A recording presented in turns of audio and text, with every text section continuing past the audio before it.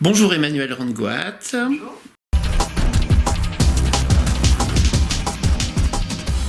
Quels sont les principaux arguments utilisés par le Rassemblement national pour s'opposer à l'Europe ? Il y en a plusieurs, mais l'argument principal, c'est un argument qui repose sur une idéologie nationaliste, c'est-à-dire c'est l'idée que l'Europe, elle va menacer la nation, et le Front National se pose comme un grand défenseur de la nation. Et sa manière de concevoir l'Europe, ça s'appuie aussi sur sa stratégie de se présenter comme ni droite ni gauche, donc de subvertir les clivages politiques. Sa manière de voir l'Europe, c'est de dire c'est les européistes, donc ceux qui sont pour le supranationalisme, qui sont contre la nation, c'est les européistes, les mondialistes, contre les patriotes ou les nationaux.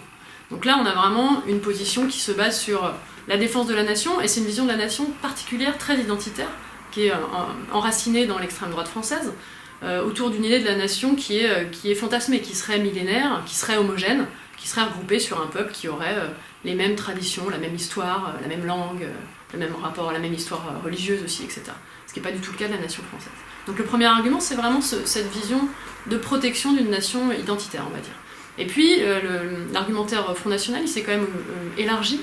Il y a eu un tournant à partir du milieu des années 90 où le Front National abandonne le libéralisme et va aussi promouvoir, comme la gauche, plus d'interventionnisme étatique, donc plus proche, on se rapproche d'un État social, donc c'est aussi une critique qui est faite à l'Union européenne.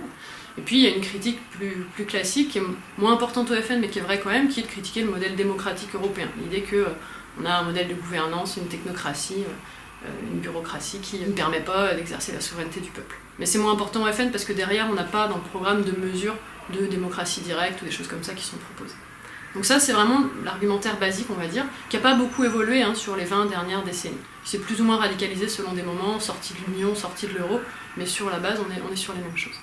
Ensuite, il y a un autre élément qui est intéressant dans la relation du FN avec l'Union européenne et les élections européennes, et qui est un peu paradoxal, c'est que le Front National, comme parti politique, comme organisation, s'est beaucoup appuyé sur l'Europe et sur les élections européennes pour se développer en France.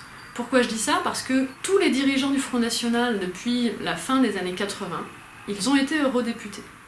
En fait, l'Europe, et en particulier le Parlement européen, a servi de base arrière à l'entreprise politique, à la petite entreprise, l'organisation politique qu'est le Front National.